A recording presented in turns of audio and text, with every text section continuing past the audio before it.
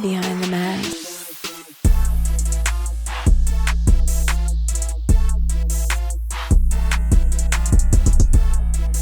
Back on the road. One of my all-time favorites. Man.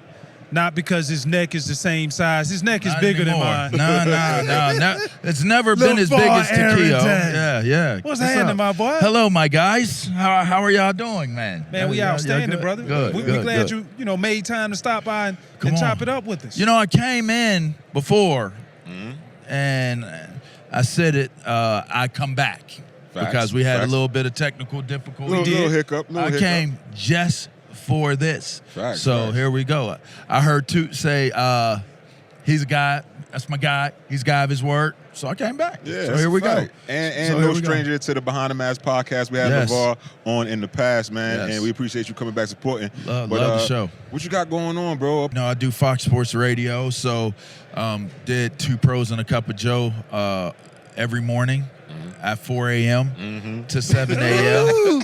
Commitment. It's we're all about the grind. Yeah. And, it's like that was a prime drive time East Coast show, but I live on the West Coast.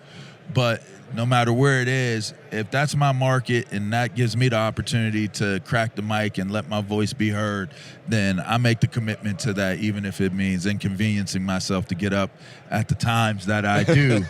But you get used to it. It'll humble you because sometimes you realize that, for all the hard work that we put in, there's always going to be something else in life that's going to challenge you to make sure that you're true to it. You can't fake it. Facts. You can't fake it. Nah. What y'all doing right here, you can't fake the grind. You know what I mean? I told 2 yesterday, I was like, look, keep going. Just keep going.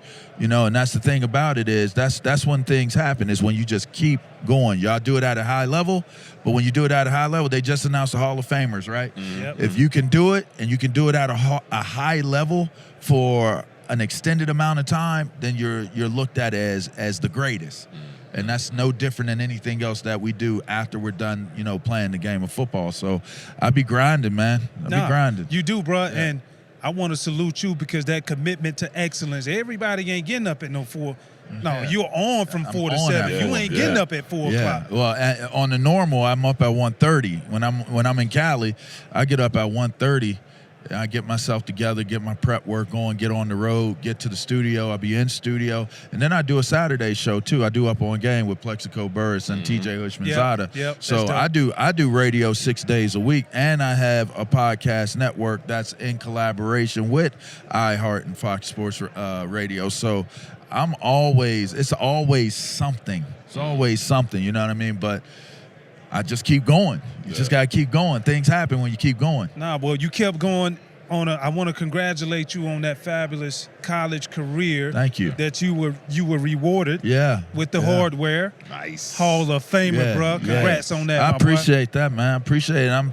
I'm proud to be in it. That's the one that matters the most to me.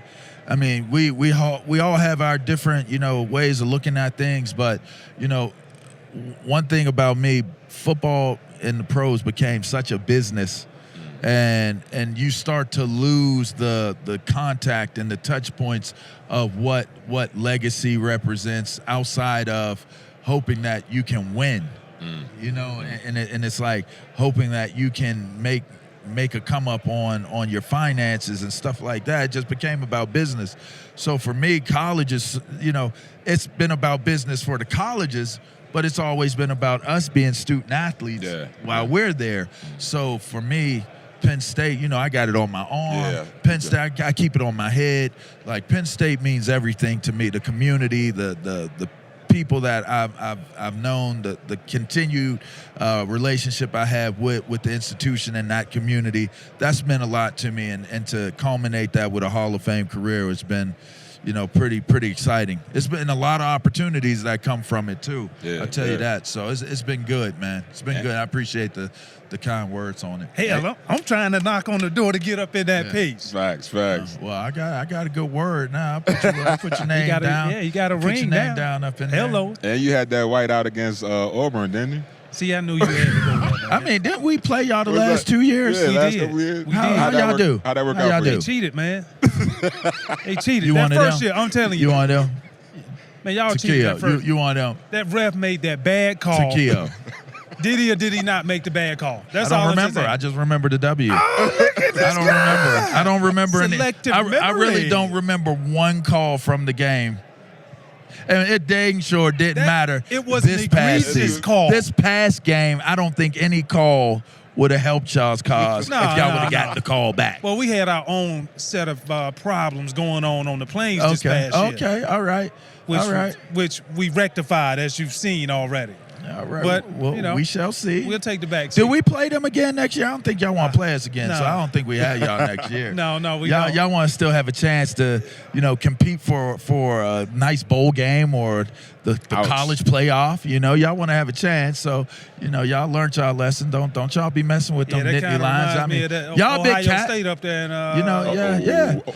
That's always a good one. That's always a good one for a guy that played at Penn State. But I'll say this: Ohio State made me the highest rated player in the NFL draft when I was coming out.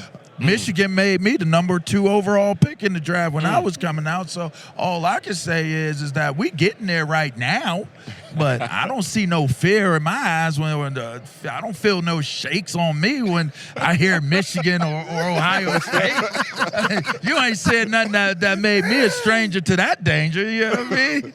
I'm good. We good. You guys both have played at the highest of the heights at that linebacker position, and you talk about fear. Offenses feared you guys when you played. When you look at that's Takeo, man.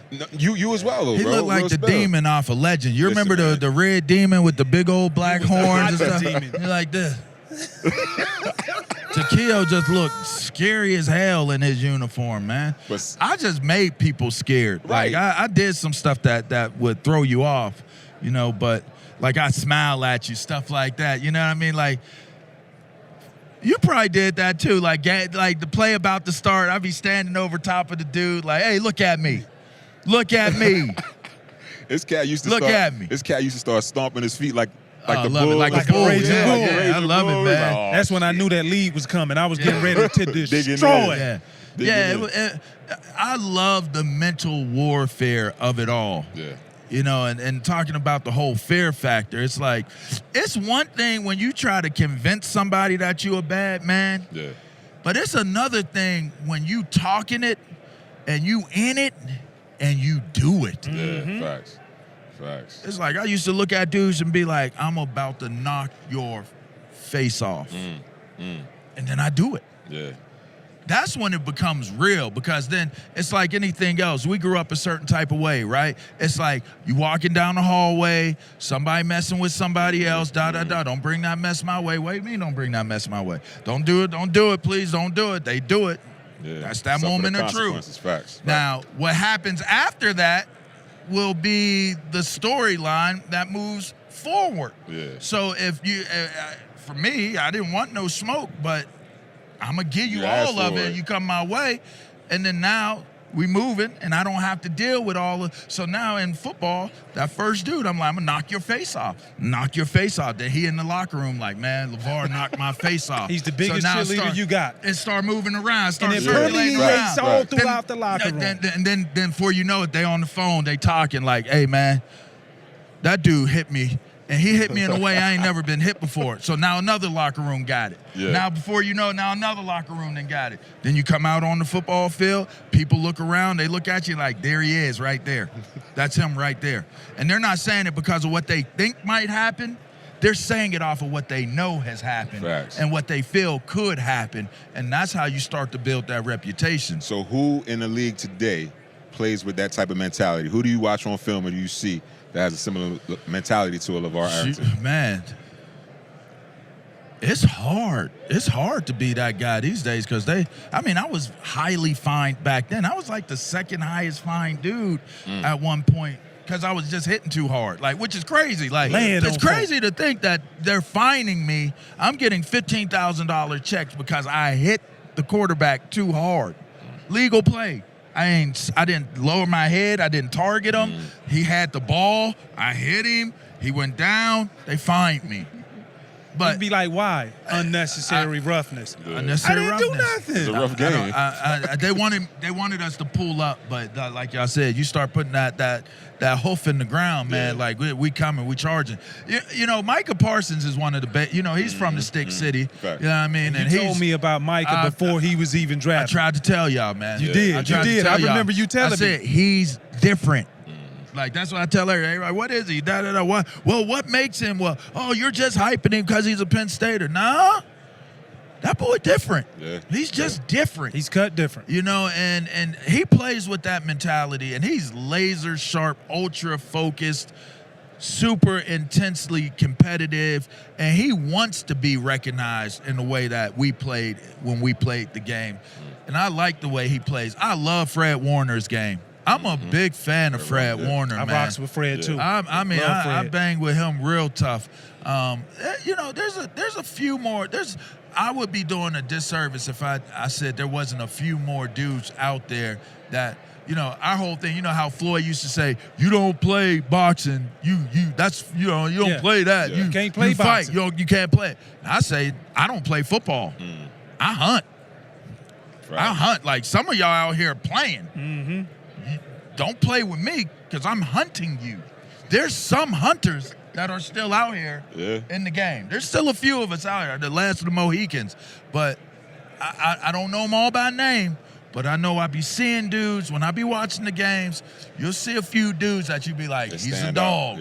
He's a dog. Like, he'll put all four. He'll be a mammal with it. He'll put all four. He put them knuckles in the ground if he need to and start running with all four. Like, that's my whole mentality. You see a full moon, you know I'm somewhere howling at it. You know, that type of deal. You know what I mean? One of them type deals. Yeah. My dog, I appreciate you stopping by, bro. Yes, sir. Yes, sir. Much Yes, love, sir. family. Two. Yes, sir. Yes, sir. Love you, bro. All right.